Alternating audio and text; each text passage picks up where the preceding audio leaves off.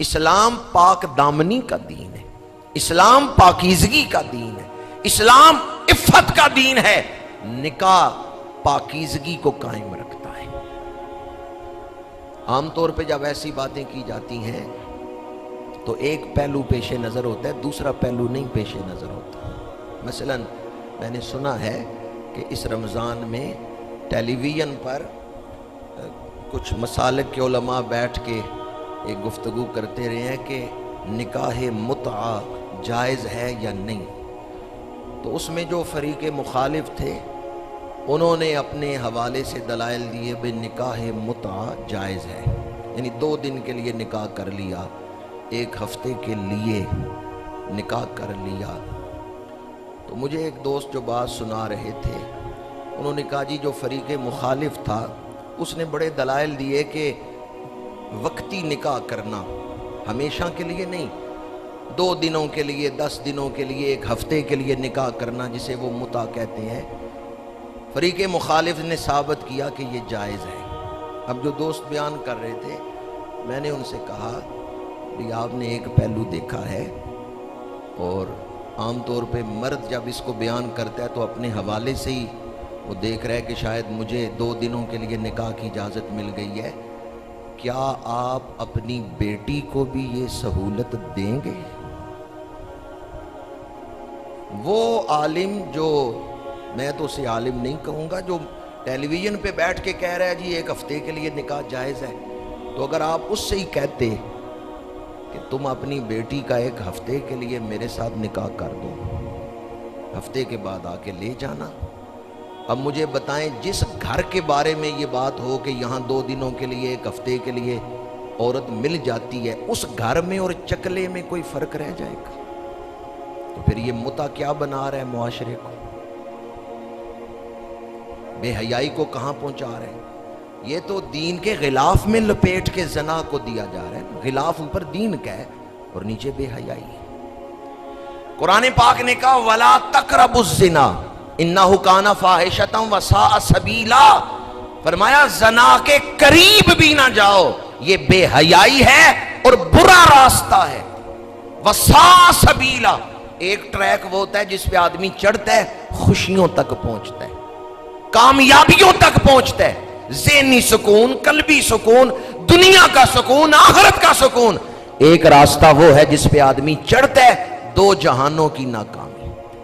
قرآن نے کہا انہو کان فاحشۃ وساء سبیلا، یہ بے حیائی کا راستہ برا راستہ ہے۔ بے حیائی کا راستہ، بے حیائی کا راستہ۔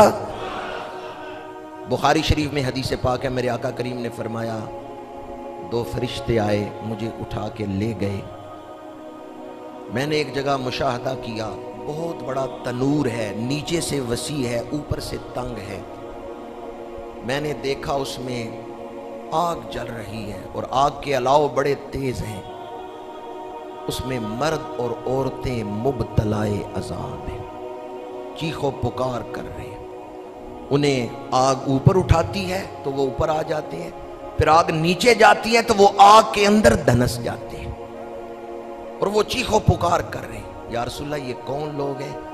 فرمایا یہ بدکار لوگ ہیں، مجھے ان کا عذاب دکھایا گیا۔ اور مسلم شریف میں حدیث پاک ہے، فرمایا 3 لوگ ایسے ہیں قیامت کے دن اللہ ان پر نظر رحمت نہیں فرمائے گا، انہیں پاک نہیں کرے گا، ان کے لیے دردناک عذاب ہے۔ یا رسول اللہ کون سے 3 لوگ؟ ہمیں ایک امید ہے کہ ہم گناہگار ہیں لیکن اللہ نظر رحمت فرمائے گا، ہمیں پاک فرما دے گا۔ تو اگر حضور فرمائیں یہ عمل نہ کرنا، اگر یہ عمل کرو گے تو اللہ نظر رحمت نہیں فرمائے گا۔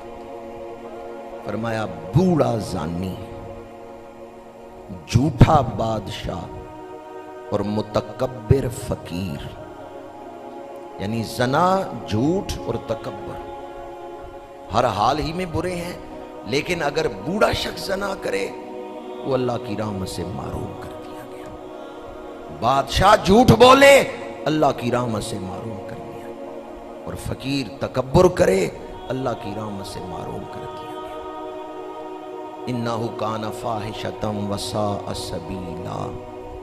فرمایا یہ بے حیائی ہے اور برائی کا راستہ ہے، یہ برا راستہ ہے، اس کی منزل نقصان ہے، اس کی منزل پلیدی۔ ایک پلیدی وہ ہوتی ہے جو کپڑے کو لگتی ہے، ایک پلیدی وہ ہوتی ہے جو دل کو لگتی ہے۔ مرید مرشدوں کے پاس گیا کہ فلاں ہستی کی زیارت نہیں ہو رہی، دعا کریں مجھے فلاں ہستی کی زیارت ہو جائے۔ تو انہوں نے فرمایا میں تو یہ دعا نہیں کروں گا، چونکہ وہ نظر والے تھے۔ اس نے کہا کیوں؟ انہوں نے فرمایا وہ ہستی پاک ہے، میں گندگی کے ڈھیر پہ انہیں نہیں بلا سکتا، میں گندگی کے ڈھیر پہ انہیں نہیں دعوت دوں گا۔ باروں بھاری بوکر چھڑ دے سٹ اندر دا کوڑا۔ ایک پلیدی وہ ہے جو دل کو ناپاک کر دیتی ہے، اور یہ بے حیائی وہی چیز ہے جو باطن کو پلید کر دیتی۔ آنکھیں، کان، زبان، یہ وہ چیزیں ہیں جو اس کے لیے ذریعہ بنتی ہیں۔ قرآن پاک کا حسن کلام دیکھیں، وَلَا تَقْرَبُوا الزِّنَا، یہ نہیں فرمایا زنا نہ کرو، فرمایا زنا کے قریب نہ جاؤ۔ اس میں زیادہ شدت ہے، یعنی وہ اسباب ہی نہ اختیار کرو جو تمہیں گناہ تک لے جائیں۔ ایک ہے صرف گناہ سے بچنا، ایک ہے ان اسباب سے بچنا جو گناہ تک لے جائیں۔ تو یہاں حکم میں شدت زیادہ ہے، وہاں پیر ہی نہ رکھو جہاں سے پھسلنے کا خطرہ ہے۔ حضرت پیر بلے شاہ قصوری نے فرمایا ہے اے دنیا تلکن ویڑائے، تھم تھم کے ڈرو اندھیرا ہے۔ ہمارے ہاں آج کل اس میں احتیاط نہیں کی جاتی، بالخصوص موبائل میں جو سوشل میڈیا آ گیا اس کی وجہ سے یہ جو تقربو کا حکم ہے اس کو ہم پورا نہیں کر رہے۔ اسے کہتے ہیں شریعت میں سد ذرائع، یعنی وہ اس راستے پر چلنے سے ہی روک دینا جس راستے پر چلنے سے بندہ گناہ میں مبتلا ہو سکتا ہے۔ بڑی مشہور آیت ہے، اکثر آپ نے سنی ہوگی۔ اللہ تعالیٰ نے جب حضرت آدم علیہ السلام کو جنت میں ٹھہرنے کا حکم دیا، یا آدم اسکن انت وزوجک الجنت فکلا منہا رغدا حیث شئتما ولا تقربا ہذہ الشجرۃ، اس درخت کے قریب نہ جانا۔ یہ فرمایا اس درخت کا پھل نہ کھانا یا قریب نہ جانا؟ بھئی قریب جاؤ گے تو پھل کھاؤ گے نا، تو قریب ہی نہ جانا۔ بات آپ کو سمجھ آئی؟ پھل نہ کھانا یہ نہیں فرمایا، وَلَا تَقْرَبَا هَٰذِهِ الشَّجَرَةَ، اس کے قریب ہی نہ جانا۔ تو اس میں بلاغت زیادہ تھی، سد ذرائع کے طور پر قریب ہی نہ جانا۔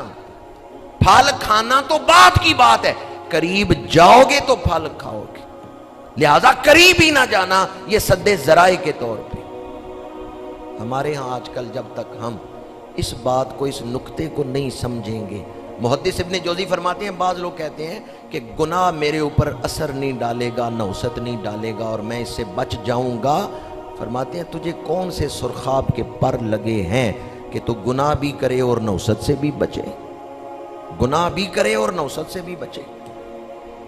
تو میں یہ بات اکثر کہتا ہوں، اپنی اولادوں کی فکر کریں، بلکہ خود اپنی فکر کریں، موبائل کو کم سے کم استعمال کریں اور غافل لوگوں کے ساتھ کم سے کم میل جول رکھیں۔ وہ ذرائع جو آپ کو برائی کی طرف لے کے جا سکتے ہیں ان سے اپنے آپ کو بچائیں۔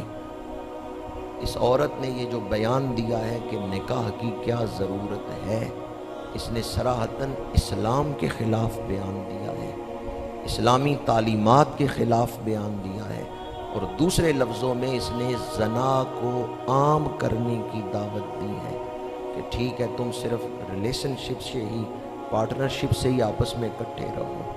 ہم اس کی بھرپور مذمت کرتے ہیں، اور یہی راستہ ہے جو دجال کے لیے ہموار کیا جا رہا ہے۔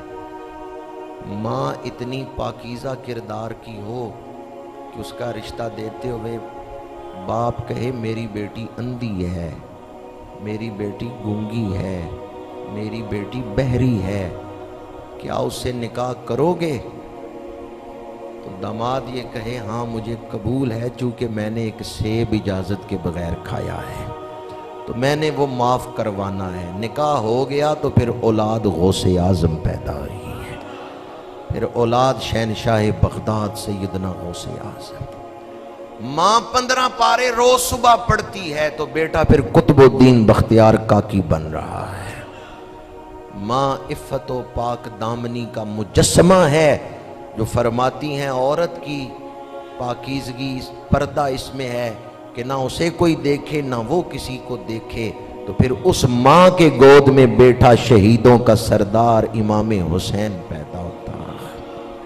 اللہ تعالیٰ ان عظیم المرتبت ماؤں کا صدقہ ہمارے گھروں کی خیر فرمائے، اور ہمیں دجال کے فتنے سے، دجالیت کے فتنے سے نجات عطا فرمائے۔ میں نے 3 حدیثیں آپ کے سامنے بیان کی جن میں لیس منا کے الفاظ ہیں۔ ایک حدیث میں تو فرمایا جس نے ناجائز قبضہ کیا وہ ہم میں سے نہیں۔ دوسری حدیث میں فرمایا جس نے جادو کیا یا کروایا وہ ہم میں سے نہیں۔ اور تیسری حدیث جو نکاح کر سکتا ہے لیکن نہیں کرتا وہ ہم میں سے نہیں۔ اللہ تعالی ہمیں دین پہ عمل کرنے کی توفیق عطا فرمائے۔ ایک پورا ذخیرہ احادیث ہے، میں نے ان میں سے صرف 3 حدیثیں آپ کے سامنے بیان کی۔ اللہ تعالی ہر وہ کام کرنے کی توفیق دے جو حضور کے قرب کا ذریعہ ہے، اور ہر اس کا